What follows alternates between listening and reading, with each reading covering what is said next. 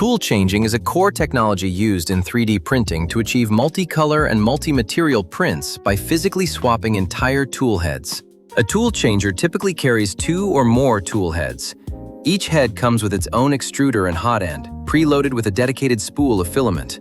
To switch colors or materials, the printer doesn't bother feeding and retracting filament back and forth through a single nozzle.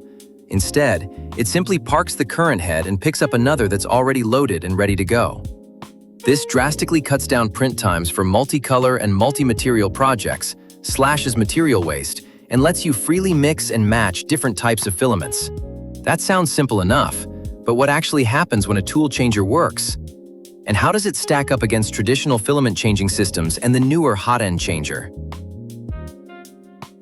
When the printer gets the command to switch heads, the tool head swapper moves the tool head close to the docking bracket, guiding the pins on the side of the head into the docking holes. At the same time, magnets near the pins snap onto matching magnets on the dock to hold the head firmly in place. A silicone pad on the nozzle wiper presses gently against the nozzle to keep it from oozing. When the swapper is moving, a pull stud on the back of the swapper releases the latch on the front of the tool head, unlocking the two from each other. Next, the swapper moves over to the next tool head, aligning 3 pairs of steel pins on its back with 3 steel balls on the front of the new head. This connection keeps the swapper and head steady along the x-axis, ensuring high-precision, repeatable alignment. After that, the swapper moves the new head away from its dock, breaking the magnetic grip between them. During this motion, the swapper's pull stud catches the latch on the tool head and locks it firmly in place with a built-in spring. Since all the required tool heads stay heated and ready to go, the filament sitting inside the nozzle can sometimes get a bit degraded during long periods of idling. So, right after picking up a new tool head, the printer squeezes out a short line of filament onto the wipe tower to clear out any burnt material. Doing this also stabilizes the pressure inside the nozzle, making it fully primed for the next color. Multicolor printing only went mainstream in the past few years.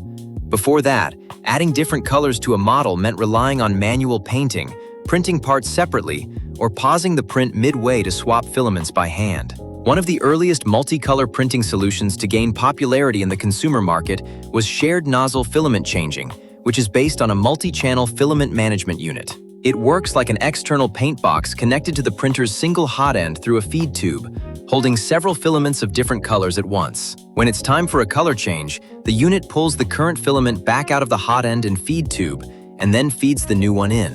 To completely clear out any leftover color from the previous filament, the hot end purges a good amount of material, creating the so-called printer poop. After that, it prints on a wipe tower to clean off any stringing or oozing on the outside of the nozzle and stabilize the internal pressure. Only then is the color change officially done. Compared to tool changing, the biggest downsides of filament changing are the much longer swap times and the massive amount of purge waste. Each color change with a filament changer takes about 20 to 40 seconds, while a tool changer can be as fast as 5 seconds. The more colors a model has, or the more frequent the color changes are per layer, the longer the total print time for a filament changer gets. For a single print job, its total time can be almost 5 times that of a tool changer. On top of that, the waste generated by purging piles up fast with every color change. In extreme cases, the waste material can actually weigh several times more than the actual model itself. Plus, since all those different colored filaments share the exact same extrusion path, any leftover material that isn't completely purged will get pushed out along with the next color, leading to color bleeding flaws. However, filament changing still has some major advantages. These systems are usually much easier to expand with more slots, making it a breeze to print models with a wider variety of colors. And since it always uses the same nozzle, the printer doesn't have to worry about alignment between multiple nozzles. Swapping colors won't introduce any extra nozzle positioning errors.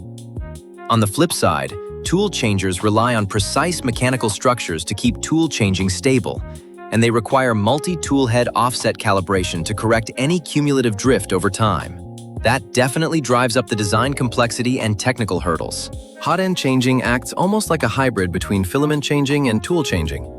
The printer only has a single tool head, but it's equipped with multiple swappable hot ends or nozzle assemblies. To change colors, the tool head docks the old hot end on a rack, picks up the new one, and starts heating it up. At the same time, the drive gear re-engages with the filament, pushing it through the nozzle once the hot end reaches target temperature. After that, the The tool head cleans off any residue on the wipe tower, stabilizes the internal pressure inside the nozzle, and gets right back to printing. Since each hot end only prints with a single filament, the printer doesn't need to do a massive purge to clear out the previous material. This avoids a ton of wasted time and plastic, while also drastically cutting down the risk of color bleeding. Next up is space efficiency. While tool changers require extra room inside the frame to park spare tool heads, a hot end changer takes up much less space and can actually pack in more hot ends. By freeing up internal space from extra extrusion parts, it gives you a larger build volume and leaves room to load up more filaments. However, because the parked hot ends aren't powered while docked, the printer has to reheat a hot end after picking it up, and how long that takes really comes down to the manufacturer's engineering chops. Basically, a hot end changer takes about 15 to 30 seconds per color change, which puts it at a bit of a disadvantage compared to full tool changing. Just like tool changing, anytime a color change involves swapping nozzle-related parts, alignment precision is always a challenge. And how to resolve this depends on the manufacturer's design approach. All in all, compared to the other methods, the biggest advantage of tool changing is that it saves both time and material, significantly boosting multicolor printing efficiency and material utilization. Because it doesn't require constantly loading and unloading filament, it also lowers the risk of color bleeding and feeding errors. That's the core reason why the U1 went with a tool changing approach, delivering fast and reliable multicolor printing.